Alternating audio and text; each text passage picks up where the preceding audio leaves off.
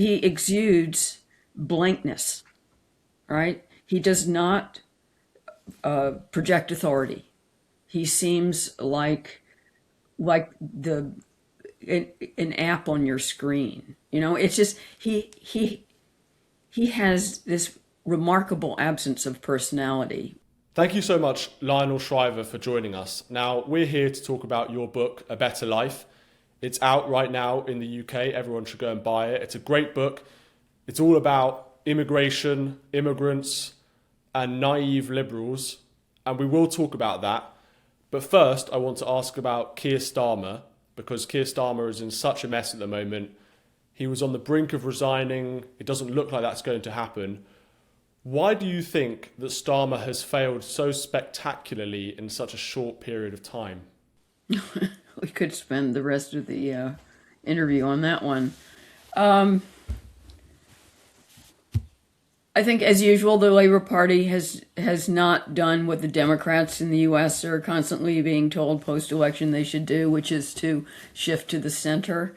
He's still in hock to the left of the party, which is a quasi-communist tilt. And he hasn't solved the tax and spend thing that Labor has been famous for forever. And so he's headed for fiscal disaster, according to a lot of people, a real bond market route, because he doesn't look responsible. That one effort to cut back welfare spending by that tiny little bit and then having to retract it, that looked very, very bad to the bond market. And so he doesn't show any sign of fiscal responsibility.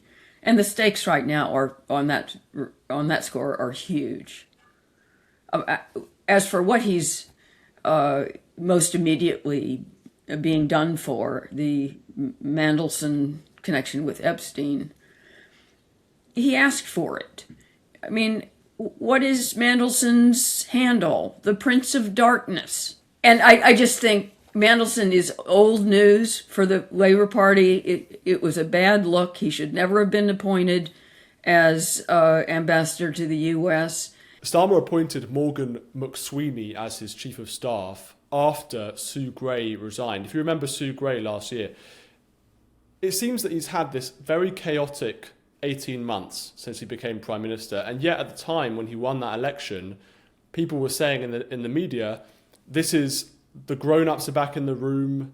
Can you hear the quietness? This is just amazing. Everything is going to be calm, and just Tony Blair is going to come back, and this is brilliant. After 14 years of Tory psychodrama and chaos and everything. Why do you think that those people got that so wrong? Why do you think we've just seen a continuation of this Tory seeming perma-crisis? Well, a lot of the problem with Starmer is, I'm sorry to use such a tired word now, but it is a vibe problem. It's what he exudes. And he exudes blankness, right? He does not project authority. He seems like an app on your screen. It's just he has this remarkable absence of personality, which, that doesn't, for all you can say for Trump, however horribly flawed he is, you could hardly say he has an absence of personality. And that blankness makes people feel that there's really nobody back there. It's like there's not even a wizard behind the curtain. It's just a bunch of people trying to figure out what to do from day to day. And that's honestly, that is the feel. That's that these people don't know what they're doing. They keep changing their mind. They're in over their heads. The UK has a lot of problems right now, and it needs authority, and it needs direction, and it needs some courage. And these are all qualities completely absent from this administration. Now, you've been writing about British politics for a long time. Have you ever seen a figure so hated as Keir Starmer. If you look at the opinion polls, he is historically unpopular, even compared to, the previous prime ministers, Liz Truss and everyone else. Have you ever seen someone just so hated in Britain?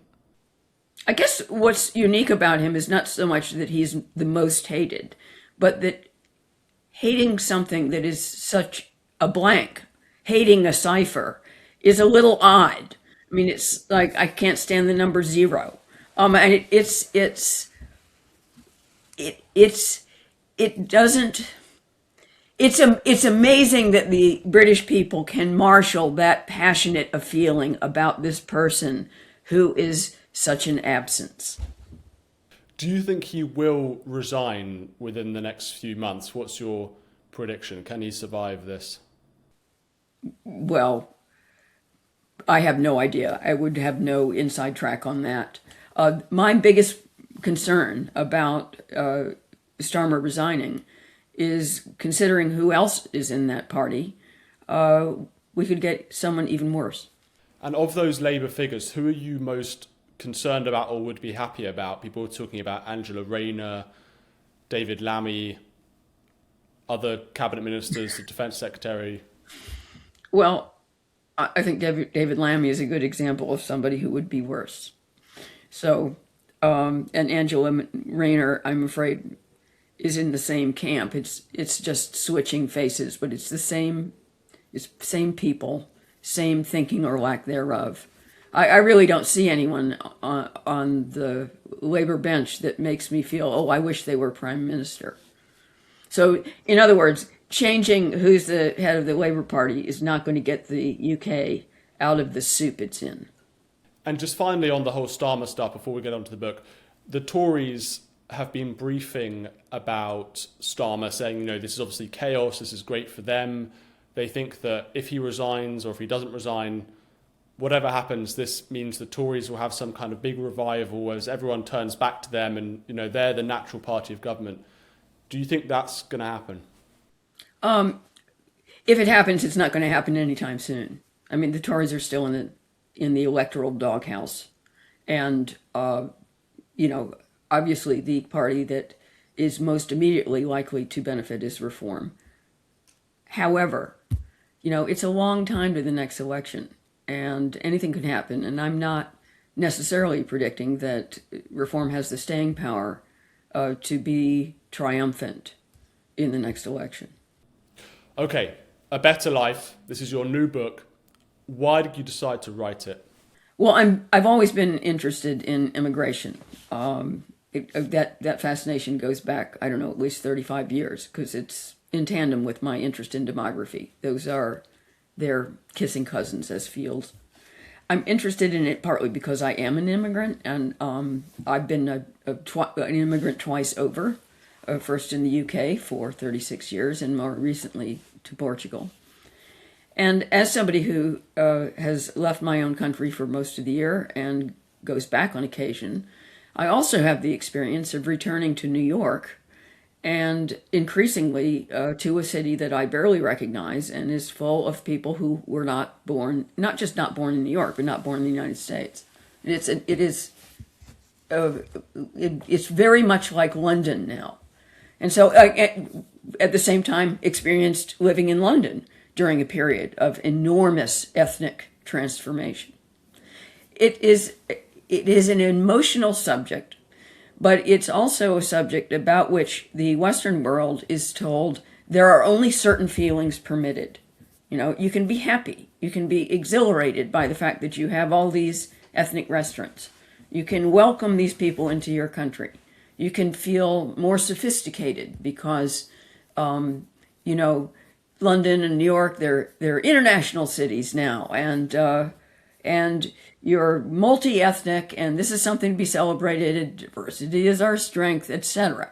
These are the permitted feelings.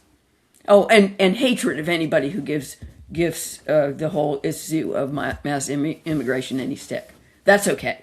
You can hate those people, but having any ambivalence about the idea that, and we're talking about mass immigration. I think this is important. Mass immigration, and in many instances, mass illegal immigration.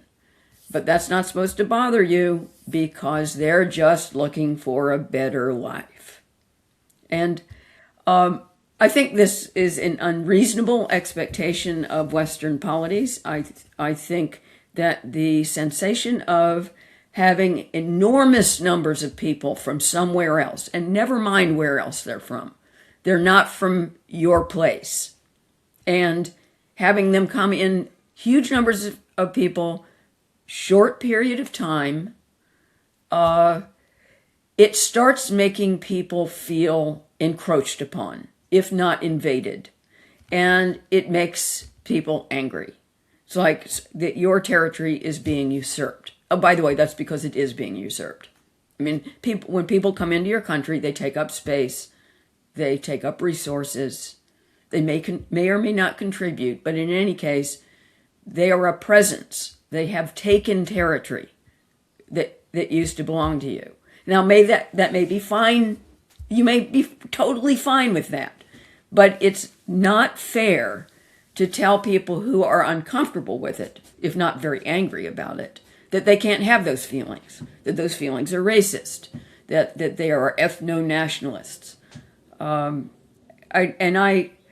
wanted to write a book that represented some of those emotions and represented some of the negative aspects of mass immigration, which are never represented in fiction.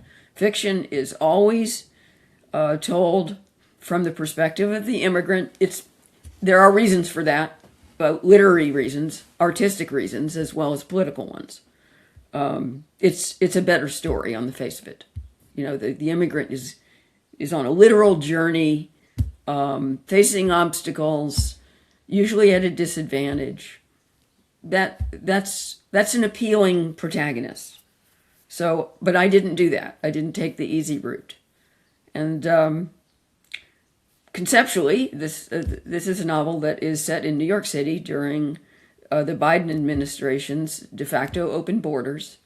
New York City was then being flooded with literally hundreds of thousands of migrants in a very tiny period of time and couldn't handle it.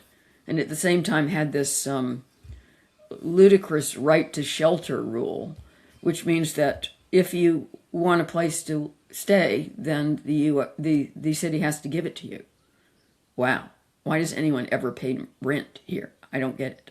And at that time, then Mayor Eric Adams proposed a program that would pay regular New Yorkers to put migrants up in their spare bedrooms. Now, as it happens, Adams never brought that program into being. It was stillborn, but not in my book. I manifested it, and this is about a family in Brooklyn that takes in one migrant at first, and there's a lot of discord in the household because the mother is a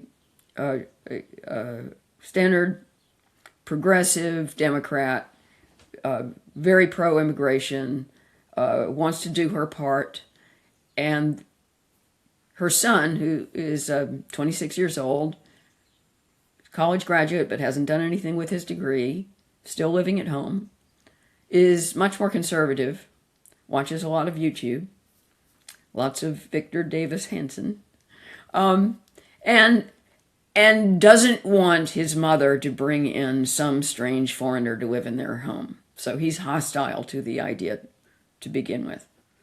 And the book takes a look at what happens. I think it has been mischaracterized in more than one review so far as a satire. It is not a satire. It is very realistic. And I have had it called a thriller, and I think that's pretty accurate. It's a literary thriller. Now, you say that you are an immigrant yourself because you've obviously lived in Britain, now you live in Portugal, you're from America. And you also said that never mind where people come from, you know, there's going to be problems and whatever. Now, I suspect that if I had you in my home, the outcome would be slightly different as to how you describe it in the book.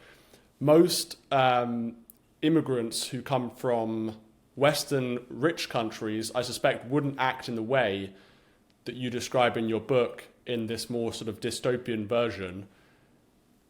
It is the case, isn't it, that countries that are poor, that have dysfunctional governments and societies that are racked with violence and corruption, you don't want people from those countries as compared with someone from France moving to England, for example. There is a hierarchy there, isn't there? Or would you say that, all immigrants are the same culturally and as a kind of, in terms of their value adding to the country? Yeah, I think that I think all immigrants are not the same. But this is a fact of life with which the Western left is very uncomfortable. The Western left wants to regard all cultures as equal, and it's the usual hypocrisy. All cultures are equal, but some cultures are more equal than others. It's Animal Farm, and the ones that are more equal than others are the ones that are not Western. It's the usual self-hating paradigm. So they've done studies, especially in Denmark and the Netherlands, that make it very clear which nationalities, on average, are going to cost you a lot of money, and also probably raise your crime rate, especially in relation to sexual offenses. It's not a mystery. We have the data. We just don't act on it because it doesn't fit in with progressive ideology. What's required is active discrimination. That's a word that used to be positive. When you're discriminating against something, you are using your judgment. You're applying standards, and that's what's required. I think one of the big conflicts here is over what immigration is for. As long as we're going to have it, why are we doing it? Why are we allowing new people into the country? Is it because we think that their presence is going to improve matters for the people who already live in our countries? Or is it an act of charity? And by the way, the left keeps changing up the which is it? If you actually demonstrate that whole groups of people are economically damaging to your country, then they switch it up, and it's like, no, you have to let everybody in because that's nice. You have no right to keep people out. And especially in the United States, this is an ongoing thing because of the American self-conception is that we are a nation of immigrants. And for some reason, it supposedly follows, and I don't believe it does, that you therefore can't keep anyone out. You can't pull up the drawbridge. And therefore Americans are the only people on earth who have a country that can't be a country, that can't have borders, that is obliged to take everyone. And I think that's a paradigm that we have to show down. Because it's not that I'm anti-immigration. That would be too hypocritical even for me. Having enjoyed the fact that I have been able to live in different countries that I wasn't born in, so there is it's a better world, I think, if we have some circulation. But I think that we should be operating in accordance with self-interest. I think both the UK and the US should be letting people in who are likely to be net contributors. It's not going to be 100%, but I can testify to the fact I was a net contributor in the UK, and who are likely to assimilate. Likely to either speak English before they even arrive or learn it shortly thereafter, who have certain cultural affinities.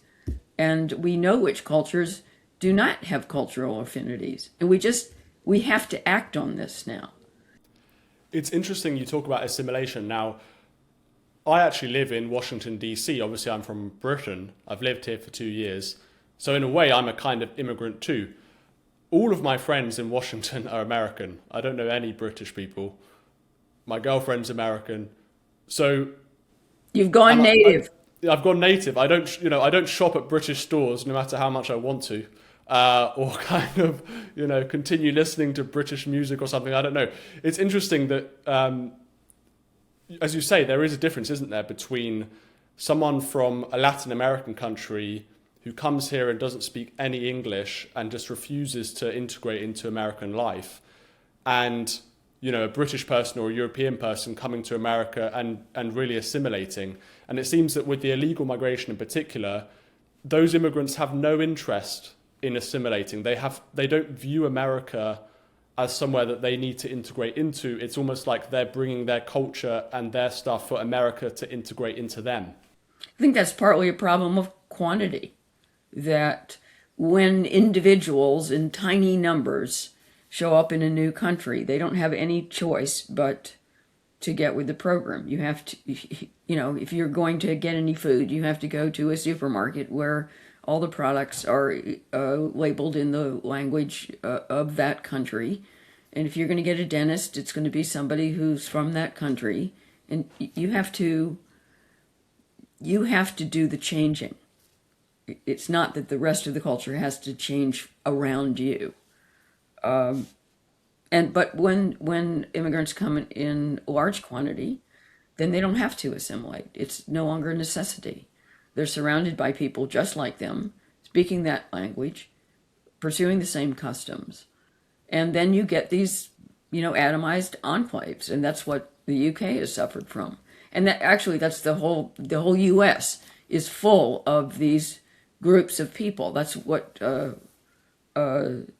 came up in the whole business with the Somalis in Minnesota.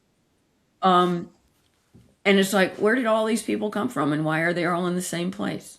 Well, there are reasons for that, but it means that those people they are not assimilating. There's only one way that they've assimilated. They figured out not only how to get on welfare, but how to scam welfare. I would say that is figuring out how the locals work, and more fair play to them. That's assimilation of a kind. I want to focus on the character of the mother, of the white, liberal, progressive, who wants to take in this migrant as a part of the city program. Now, I find it fascinating that when I go to, let's say last year or the year before last, Kamala Harris rallies, the most prominent demographic was these white, liberal, middle-aged women who seemed absolutely obsessed with hatred of Donald Trump, completely motivated, very, very progressive, almost radically so.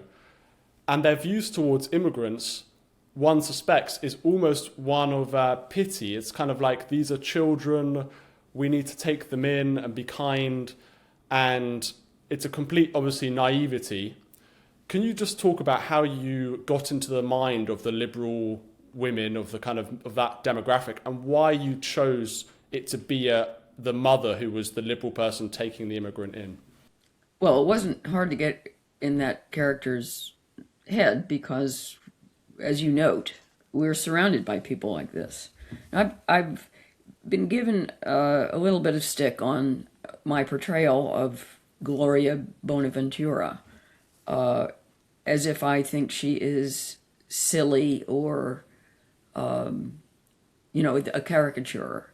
I actually think it's a warmer, fuller, kinder portrait than I see on the news when these people talk to camera. I mean they easily parody themselves, and I don't think my portrayal of Gloria is a parody. I think it's just accurate. And that attitude is typified by a credulity. There's a central conflict in the novel over the nature of this immigrant they take in. On the one hand, to the mother and the two daughters, she is God's gift. She's delightful, she's bubbly, she's positive, she's affectionate, she does all the cleaning and the cooking. She's a paragon. But the son, who's a much more suspicious person, doesn't buy it and thinks she's up to something. Now, this is a question that the novel itself never answers. I think there are ways of interpreting scenes that happen in the book that easily support either version of this person's character. But one of the main points the son makes to the reader is that he's the one who actually gives this woman, Martine, more credit. He thinks she's smarter than his mother and sisters do. He gives her credit for being capable of being duplicitous and having long-range ambitions that she is able to disguise. I mean, he's actually thinks that this person is a real human being with complexity and the capacity for deceit and scheming. And he says of the two versions of this woman, he's actually fonder of what he calls the lying sack of shit version. It's interesting they put her on a pedestal. And going back to our earlier discussion about... There's a way in which when you put people on a pedestal, you actually look down on them. It's a spatial irony. But that's been done in relation to women forever. We put women on a pedestal by way of being incredibly condescending toward them. Yeah, it's the bigotry of low expectation, it's patronizing and so on. But coming back to our earlier discussion about the equality of all migrants, whether a migrant from France is, the same as a migrant from a Latin American country, and I do want to talk about where this migrant came from in a moment. But it's fascinating that in the book, the mother, Gloria, has no idea even where this migrant is coming from or has any information about the migrant before she accepts her. It's all these vetting and all this stuff is done against Gloria and her home. Is it safe? Is it got mold or whatever? But on the other way, it's like she has no idea who this person is. Do you think that's a realistic... Which is the case when most of these people pour across the border. There is no vetting. And the truth is that even when there is vetting, that is, you have immigration courts with people who've claimed asylum. Our authorities don't have access to any of the information in the countries they come from. How are we going to check on whether they have a criminal record? It's basically impossible. You just have to decide whether you believe their story. And whether their story is credible is usually dependent on which NGOs have coached them what to say. I mean, we're taking in an awful lot of people on faith. And in the United States, for example, about 70% of the people we accept legally are brought in under family reunification laws. We have no idea about these people anyway. They happen to be related to someone who also got in, about whom we probably also knew nothing. But this whole idea of vetting people is ludicrous when you don't have access to the databases that you would need to really find out whether they have a dark history. And it's even if you did, you'd have to trust those countries to keep reasonable records, which, for the most part, you can't. Okay, so the immigrant, Martine, comes from Honduras. And I'm not going to spoil the book, but I don't think this is much of a spoiler to say that you get to experience a bit of Honduran culture in the book, particularly the music and the food and so on. How much research were you doing into Honduras? Did you go to Honduras? Are you interested in that, that culture? No, I didn't go to Honduras. Actually, what little research I did do made me not want to go to Honduras. Sorry, Hondurans. Don't take it wrong.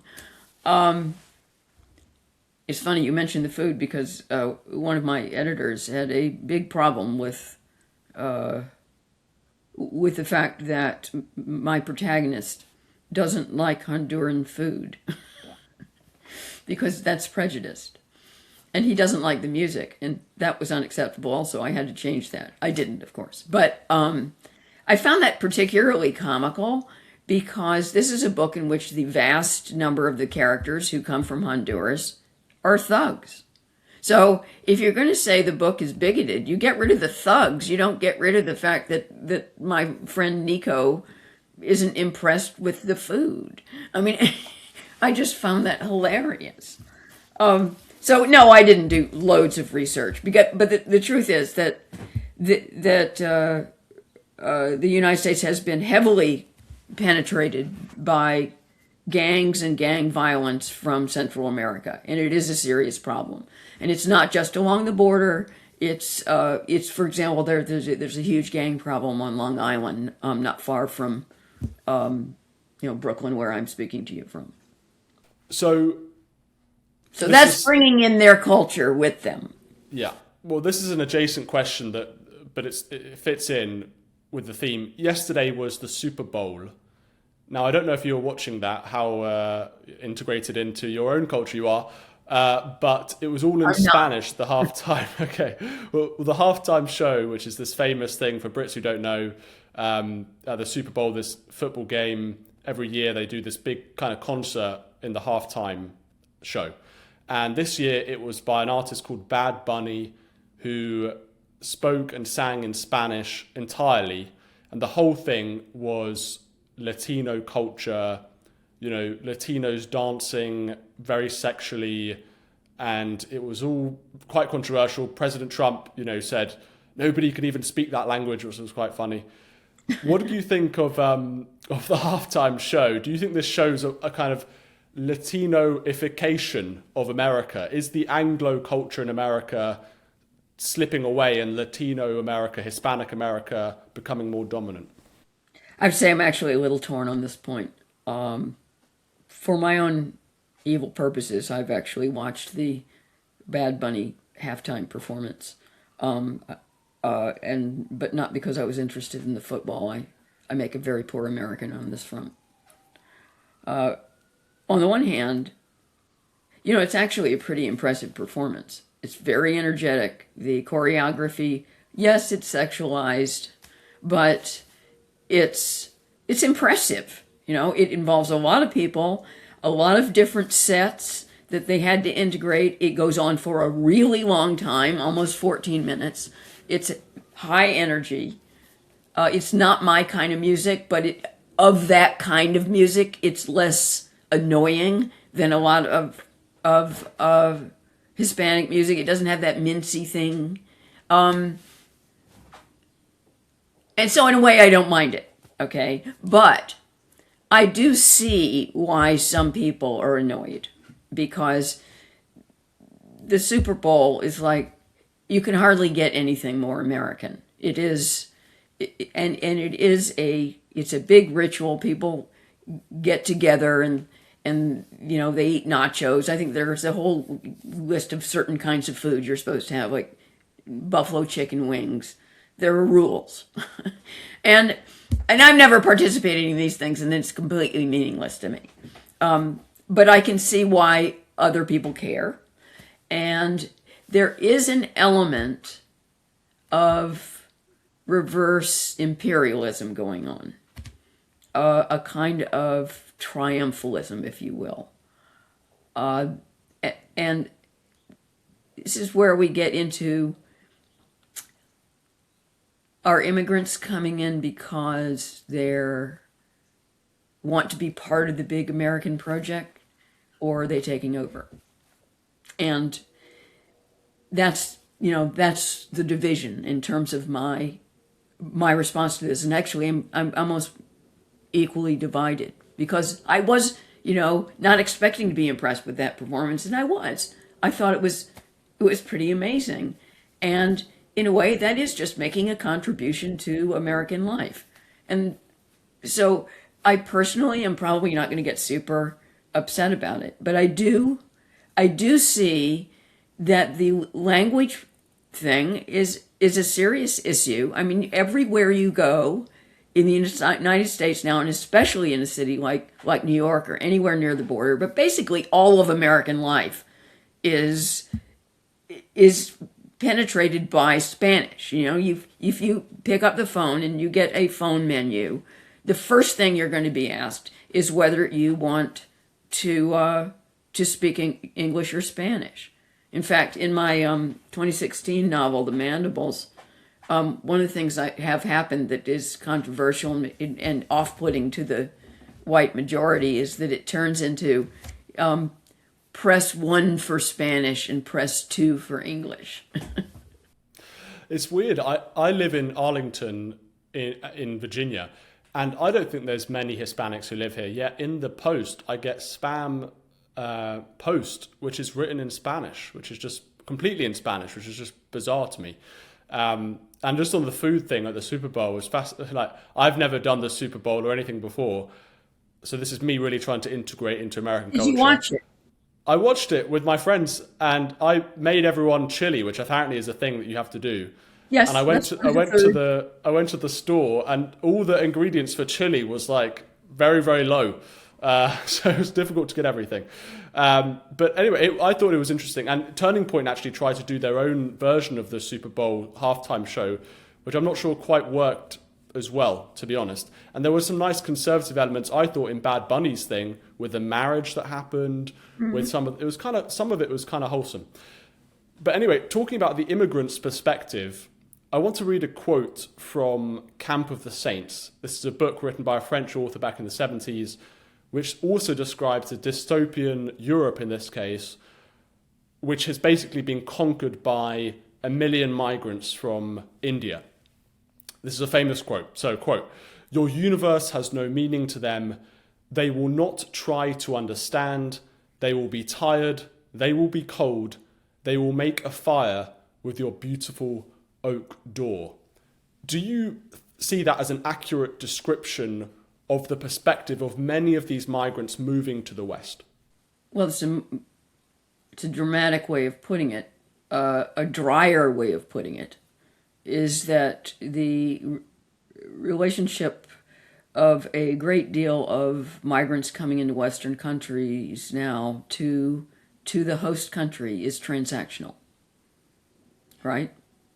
And in fact, that expression, "they only want a better life," that I used for my title, implies exactly that. It is selfish. I'm generally pro-selfishness, that I want people to pursue their self-interest, but that has to be in coordination with other people. And so the idea is that they come in and, we are now in the era of the welfare state, and they know perfectly well they can go to in the United States, go to any emergency room and get free care. In the UK, they can be taken care of by the NHS. In the UK especially, they're going to be given a hotel room. I mean, they know all these things in advance. And that's a very different attitude than, "Oh, I want to make a contribution." I mean, I want to take advantage. They've got something I want. I have friends or family over there already who are sitting pretty. It's way better for them than it is for me in my kind of crappy country.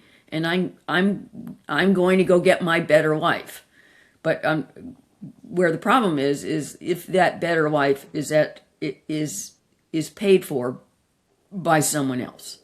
I mean, it's often observed and yet eternally ignored that you cannot have a permissive immigration policy and a welfare state at the same time. The Americans in particular are always hearkening back to the initial big waves of immigration in the late 1800s and early 1900s that we famously assimilated. And what we tend to forget is that there were no welfare programs at that time. And that's one reason that a very large proportion of the people who came over, the Italians and Germans and Scandinavians and Italians and Irishmen, a surprisingly large proportion went back home. They couldn't make it. And that's because they had to sink or swim. You had to get a job. You had to use your own networks. You couldn't, there was no right to shelter in New York. You had to make it on your own.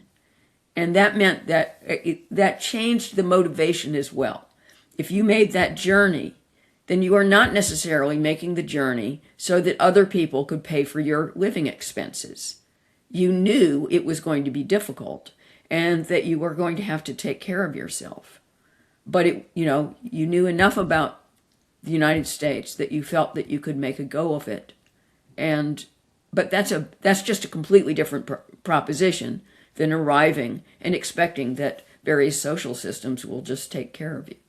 Despite endless books, as you say, from the perspective of the migrant, showing them to be these underdog figures with nothing but good intentions, I don't think it's actually particularly easy to get into the mind of some of these third world migrants who are moving to the West, because their culture and society and everything that they've experienced is just so alien to how we've experienced it. There's a great book called Infidel by Ayaan Hirsi Ali, who comes from Somalia, who moves to the Netherlands, and she describes the attitudes of some of those fellow Somali refugees and migrants who moved to Europe as one of complete contempt for the host countries, of jealousy, of anger, of bitterness towards those who they view as inferior, but also, as I say, there's that kind of jealousy of the fact that their country and society is functional and your country and your society is poorer and clearly dysfunctional with the civil wars in Somalia and so on. How hard was it for you to kind of get into the head of the migrant characters? Now, I know we don't ever hear their perspective, their internal monologue. Was it difficult for you to empathize and to try and sort of understand where they were coming from? Not just a migrant with amazing intentions, but actually, as reality shows, there are many migrants who come to the West, who commit terrible crimes, who don't integrate, who don't speak the language, who just behave in some of the most awful ways imaginable. Well, like most half-decent novelists, I'm something of a cynic about human nature. So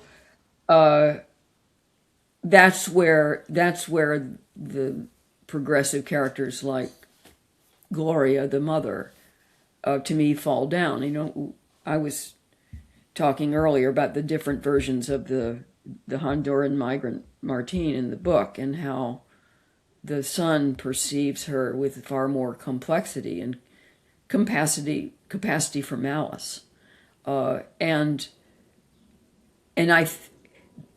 that's not necessarily what all migrants are going to be like necessarily. But if you don't grant them the possibility that they can be just as dangerous or motivated by the darker passions, as you noted, contempt, hatred, jealousy, and also that urge to destroy what you can't have for yourself. I mean, these are people going to a culture that is not they will not actually take it for themselves. It will still remain outside them. So, but they can destroy that culture. You can blow stuff up, literally, sometimes. So, I thinking off the top of my head, another writer who has written quite sharply from an immigrant perspective and more the kind of mentality that you just described is Lawrence Osborne. He's got a couple of books which have immigrant characters who are who loathe the country and the people that they have moved to and wish its destruction and see it as a manifestation of the pathetic. They think these people are pathetic and decadent and on the losing end. In fact, there's a sense that, this comes up in my book. The there's one character who points out that they have contempt for the fact that you let them in, right? This whole open borders thing is undignified. It's not, it doesn't show any self-respect. You'll just let anyone in. You know, that character, the Alonso character, said that he, you know, if he had a country, you know, and people were trying to come across his border, he'd shoot them. Right? That's what you do if you're respectable. Now, by the way, this is the kind of sentiment that I allow my characters to express that is getting me into terrible trouble. Right? This book has already been roundly attacked, and I expect it to get a lot more flack before this release is over, because you're not supposed to say this stuff. But it's not just the white characters; it's the immigrants themselves in my book who often express these things. It's like, you people are sad. You know, what's wrong with you? You don't stop us from coming in. Why do you let us take all your social benefits? You know, why do you give us free health care? Is there something wrong with you? We've never done anything for you. Now, you know, there's some immigrants that may reason that, oh, these are rich countries and these people have infinite amounts of money. So there's often a naivety on the part of the immigrant that the things that they take do not require any real sacrifices from the people they're taking from. And that's a commonplace third world error, that there are no limits in Western countries, that the wealth is infinite, and therefore when you take some of it for yourself, you do not impose any kind of financial pain. The character, I suppose, that I most empathized with, in a sense, it was Nico, the protagonist. I am also 26 and happen to be a young man, and I enjoy watching YouTube. I hope I'm not as much of a loser as Nico is, frankly, who's unemployed and lives with his mother. But he was fascinating in that he was conservative, but he wasn't kind of, I would say, a particularly brave or courageous person, and showed a lot of passivity and apathy, I guess. Was this character representative of this kind of broader issue among young men who don't have a purpose, you know, the people who are addicted to the internet, who, you know, obviously there's millions of them out there, the kind of, I don't know, people just gaming all day, who are kind of still living with their parents. That's a big phenomenon now, where you've got older people in their late 20s still living with their parents. Is that where that inspiration came from? Oh, sure. I mean, he didn't come out of nowhere. And what distinguishes Nico is he's not apologetic about any of this stuff. He is basically boycotting adulthood. He doesn't want to grow up. He's the ultimate Peter Pan. And he sees nothing in adulthood that attracts him. And I can understand that. I mean, especially for people in their 20s today. What does independence offer? An onerous responsibility. All these expenses that you don't want to have to assume as your own, you know, as your own bills. When I was a kid, you know, you couldn't stay at home and still sleep with your boyfriend. Or, you know, they wouldn't, it would be a big deal if you took drugs, or if got drunk. You know, my parents were teetotalers. If I wanted to do anything that was a little, you know, edgy, I had to leave. Whereas most people in their 20s today grew up with very permissive parents, and these are parents who are going to be passing them a spliff at the dinner table. I mean, there's nothing in it for them aside from a kind of taking command of their own lives. I mean, I think that has value. I enjoyed doing that when I was younger, though it was also scary. And when you do that, you also take on the possibility that you will fail. But the thing is that when I was writing the character of Nico, I I was very sympathetic. I wasn't sitting there thinking, while I was writing from his perspective, oh, bad young man, you're not taking responsibility for yourself. You're just an eternal dependent. You have no ambition. I just thought, yeah, you know what? There's something incredibly relaxing about the idea of simply abandoning any ambition. And, you can actually have a rather nice day-to-day life if you just let go of this, this linear notion of life, that you have this purpose and you have to go from A to B. No, it's just like you wake up in the morning and weather's not too bad and have coffee. He embraces he not only embraces his passivity, he celebrates it. He turns it into his own little religion. And as long as the rest of the world is going to let him get away with it, he's going to take it to the hilt. And I saw his point. Someone like Jordan Peterson would be very anti all of the things you just said. People should take responsibility in their lives. They should start families, particularly men taking responsibility, and they should have ambition and drive and so on. Are you advocating the sort of Nico's way of life, or are you saying that you can understand where he's coming from? I'm saying I can understand where he's coming from. I mean, modern life is complex, confusing. It's always been hard to get ahead in doing anything. There are a lot of other people out there, so you've got a lot of competition.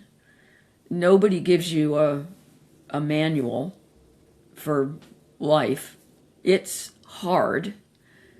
The clock is ticking, and I think especially one's 20s are incredibly difficult, and it's very easy to get lost. So I mean this. I'm sympathetic with him. Now, there's a crucial little dialogue he has with one of his oldest friends. They haven't seen each other in quite some time. And his friend has made a success of himself. And he asks Nico, why are you stalled? And Nico says, because I can. And that's the answer. He has been enabled. And I won't give away the ending, but if you change the parameters, as he puts it, then Nico changes also. It's a kind of decadence, and I think it's been enabled by the internet. And obviously, in Nico's case, he's okay because he has semi-wealthy parents who are able to look after him in a sense. So moving on from Nico and everyone else, just finally, I want to end on the kind of publication of the book and the controversy surrounding it. You've talked a few times in this interview about how the book has riled some feathers. Mm-hmm. How difficult was it to publish the book? You said that editors were trying to change things and so on. Can you talk about that process of publishing a book with such a strong political message that goes against the usual narrative on immigration? Well, this is the first book in some time that I finished and then was not 100% sure that my regular publisher, HarperCollins, was going to accept it. And I will give them credit that I didn't get a lot of, I don't know about this, they wanted to buy it.